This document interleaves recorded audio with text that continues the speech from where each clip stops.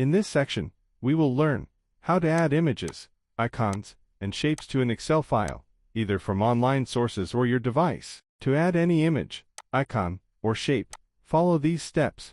Go to the Insert tab and choose Illustrations. Here, you will see options for pictures, icons, and shapes. First, let's add an icon to our worksheet. Click on Icons, and a window will appear, where you can explore or search for specific icons. I will search for and select a money icon. Once you've selected your icon, click Insert. You can adjust the size and position of the icon as needed. If the default color of the icon doesn't suit your preference, you can change it using the Graphic Fill option under the Graphics Format tab. Next, let's learn how to add a shape to our worksheet. Go to the Insert tab, click on Illustrations, and select Shapes. Choose the shape you want to add. I will insert an arrow shape, but feel free to explore other shapes available. After inserting the shape, you can resize and position it as required. You can also change its color from the Shape Format tab, using options available in the Shape Styles group. To add an image, again go to the Insert tab, and click on Illustrations, then select Pictures. Since I don't have any images on my PC right now,